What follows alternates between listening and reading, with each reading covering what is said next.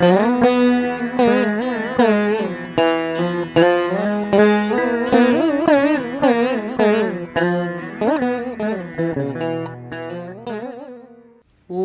ஸ்ரீ கல்கி அகத்தீசாய நமோ நமக. சத்குரு அகத்திய மகரிஷிகள் வழங்கும் திருஞானம் நூலின் 2ஆம் பாகத்தின் 2வது அத்தியாயம் குறித்த விளக்க உரை. ஈசனின் அடி தொழுதே அகத்தீசன் உரைக்கின்றேன். 2ஆம் அத்தியாயம் எடுத்துரைக்கின்ற இறை ஒளி குறித்தே சற்றே ஆழமாய் அறிந்திடுங்கள். 1. இறை ஒளி என்கின்ற சக்தியில் தாமிர தங்க ஒளி சக்தியினை காட்டிலும் வெள்ளி மற்றும் பாதரச ஒளி அதிக அளவினில் கலப்புற்று காணப்படும். 2. பாதரசமும் வெள்ளியும் கலப்புற்றால் ஆங்கே நிர்மல அணுக்கள் பெருகும், வெற்றிடமும் பெருகும். ஏனெனில் எத்தகைய அணு சக்தியினையும் எரித்து உருக்கி கரைத்து வெளியேற்றும் தன்மை பாதரசம் மற்றும் வெள்ளியின் கலப்பு ஆற்றலுக்கு உண்டு. 3. மனிதர்கள் உணர வேண்டிய சத்தியம் என்பது யாதெனில், ஆன்ம ஒளியினில் தங்க தாமிர ஆற்றல்களை உள்ளடக்கிய உப்பு அமிலங்கள் நிறைந்திருக்கும். அவற்றினால் அறிவு அணுக்களை உருக்கி கரைக்க இயலாது. மாறாக இறை ஒளியினில் வெள்ளியும் பாதரசமும் நிறைந்திருப்பதினால் அவை அறிவினை உருக்கி கரைக்கும், உணர்வு நிலைகளையும் பெருக்கும். 4. இறைவனை ஏதேனும் ஒரு ரூபத்தினில் தொடர்ந்து ஆராதித்து பூஜிப்பதன் மூலம் இறை ஒளி அதிக அளவினில் பெருகிடும். அவை பேரறிவு எனும் அற்புத உணர்வு நிலைகளை அதிகரிக்கும்.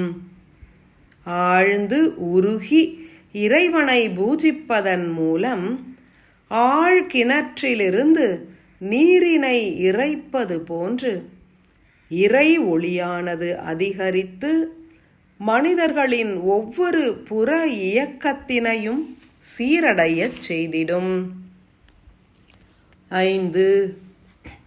இறை ஒளி என்பது 1/3 பாகம் பாதரச ஒளியினாலும் 1/3 பாகம் வெள்ளி ஒளியினாலும் 1/3 பாகம் தாமிரமும் தங்கமும் கலந்த ஒளியினாலும் நிறைந்திருக்கும்.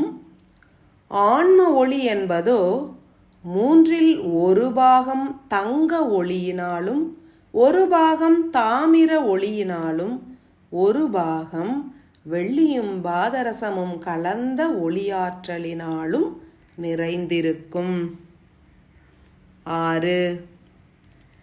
இறை ஒளி என்பது அதிக அளவினில் ஈர்த்து பெறப்பட்டாலும் அவை பயனுறுத்தப்படாவிடில் கற்பூரம் போன்று காற்றினில் கரைந்து வெளியேறிவிடும். 7. இறைவனை உருகி துதித்து இறை ஒளியினை அதிக அளவினில் ஈர்த்து பெறுவோர் யாவரும் பிறர் நலம் நாடிய செயல்களை ஏற்க வேண்டும். இறை ஒளியினை அருளாகவோ பொருளாகவோ பகிர்ந்தால் மாத்திரமே அவை பெருகிடும். 8. ஒரு மனிதன் தனது பல்வேறு ஆசைகள் நிறைவேறிய நிலையில் பற்பல ஆன்மக் கருக்கள் விடுபட்ட நிலையில் மாத்திரமே இறைவனின் மீது நாட்டத்தினை ஏற்றிடுவான். இறை பக்தி அதிகரித்தால் மீண்டும் ஆசைகளும் பற்றுகளும் தோன்றிடாது. இறை ஒளியின் அற்புத ஞானம் என்பதே எளிமையாய் நிறைவாய் வாழத் தூண்டுவதாகும். 9. இறை ஒளி பெருகினால் உள் உணர்வுகள் அதிகரிக்கும். பெரும் பணிகள் சூழ்ந்தாலும் மிகவும் அமைதியாக செயலாற்றும் தன்மை அதிகரிக்கும். 10. ஒரு மனிதன் அறிவினால் வெகு தீவிரமாய் இயங்கிய பின்னர் ஆழ்ந்து தியானித்து இறைவனை துதிப்பதன் மூலம் உடன் இறை ஒளி எனும் எரிபொருளினை ஏற்று குளிர்ந்த நிலையினில் மாறுபட்ட இயக்கத்தை வெளிப்படுத்துவதனை உணரலாம். 11.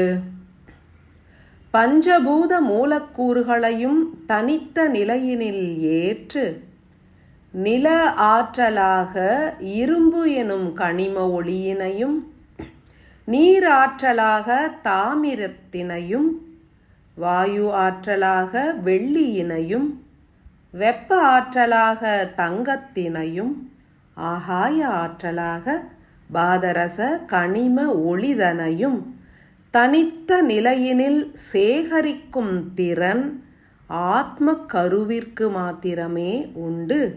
அதன் பொருட்டே 5 நிர்மல அணுக்களோடு இணைந்து காணப்படும் ஓர் ஞான அணு என்றறிக. 12. எரிபொருளின் தன்மையினை உயர்த்தினால் மாத்திரமே இயக்கமும் மேம்படும்.